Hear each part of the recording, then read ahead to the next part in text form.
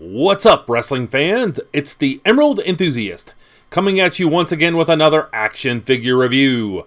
This time I'm taking a look at the Mattel Elite Series 102 action figure of Mommy herself. It's Rhea Ripley. Let's take a look at the packaging. It says Rhea Ripley on the front. We get this really cool studio shot on the side.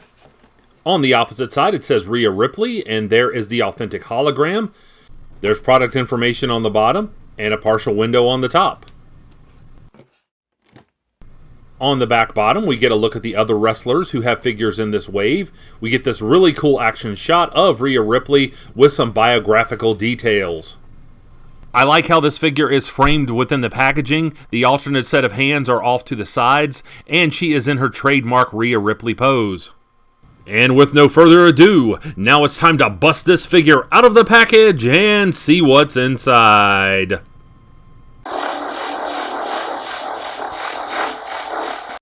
And here we see Rhea Ripley out of the package and ready to rumble. There are many things to like about this figure. However, once I had it out of the package and took a closer look, I could see that there are areas that could have used improvement. So let's take a closer look at the loose details of this figure now.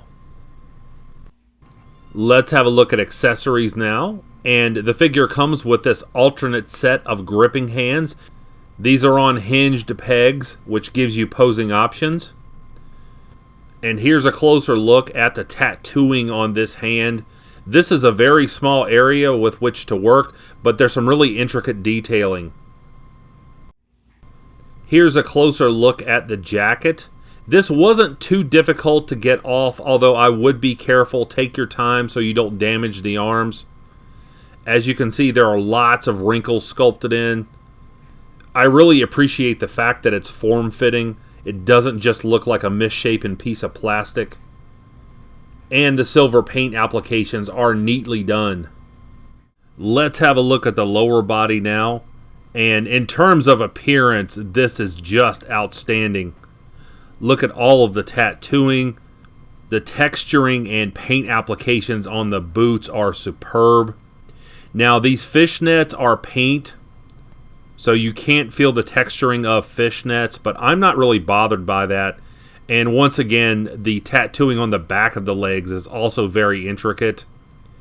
Here's a closer look at the boots. These have been very well done. If you're wondering about the belt portion of her attire here, this is a separate piece and you can move it up and down.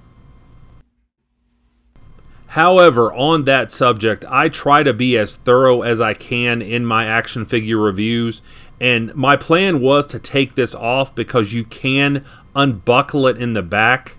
However, once I tried to slide these parts down her thighs, I just felt like I could do so much paint damage. These are very tight and her thighs simply won't allow them to slide down very easily. So I don't want to risk damaging the figure. The articulation on this figure is a mixed bag. You can get the ankle to go backward and forward that much.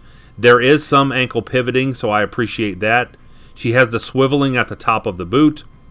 She has double jointed knees, which make the knees look a little weird. However, you can get her into a deep running pose if you so desire. She has the quadricep swivel, and that gives you posing options.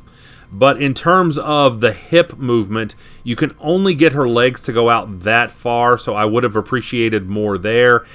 And unfortunately, the hip area prevents her from stepping back. For people who do stop motion, if you're wondering if you can do the big stomp movement that she does during her entrance, I would say that this isn't the best figure for that. You can only get the legs to go forward this far, so that is adequate, but certainly not outstanding. Let's have a look at the torso now. And once again, Mattel did an excellent job with representing the tattoos. You can see that around the navel area as well as the rib cage. I will say, though, that I don't think that she's defined enough in the abdominal area. This piece is just a little too smooth to be accurate to Rhea. I do appreciate the very exact paint applications on the bodysuit underneath. There's probably a more accurate name for that, but I'm not a fashion expert. I also really like this purple color choice. It's very eye-catching. In terms of articulation, she pivots back and forth at the waist. She has the upper torso swivel. You can get her to rock back that much, and you can get her to crunch forward that far. Now let's have a look at the arms, and this is the most problematic area for this figure. Rhea is renowned for her deltoids, and these simply don't reflect that. They should be much larger, as well as the biceps and triceps. You can see that here. They just don't reflect how thick her arms are. Once again, I do appreciate the attention to detail with the tattoos on this arm. And there's a look at the other hand with the tattooing. I don't have any issues with the tattoo details or the skin tone. It's just the overall size. There's just not enough to be accurate. In terms of articulation, she has double jointed elbows. You can get them to fold back that far for an elbow dropping pose. She has the bicep swivel on both of her arms, and of course that gives you posing options. The shoulder joints allow you to raise the arms up from her side that far, and they do rotate back, so I appreciate that. The shoulder joints allow you to do a 360 with the arms, and likewise there is good rotation in both of the wrists.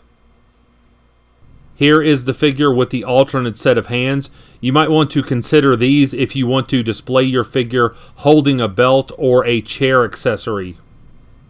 Now let's have a look at the head sculpt, including this collar accessory. I really appreciate that. Overall, I've got to say that this likeness is spot on. They really captured the essence of Rhea's face here. I like the expression. I think that's very fitting. You can see the details with the makeup, including the little designs that she paints on her cheekbones. The hair is accurate. You can see that the sides look shaved while the top looks slicked back. The chin and the cheekbones have been sculpted very well. This is some fine work by Mattel.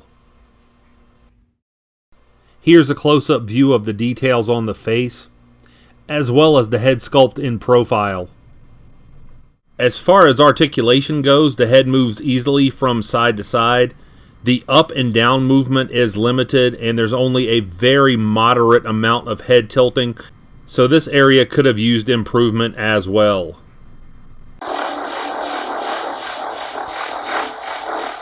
I certainly hope you have enjoyed this review. If so, please like and subscribe.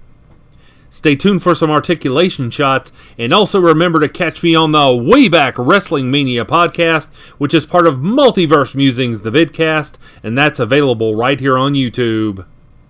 And I'll be back with more pro wrestling related content soon.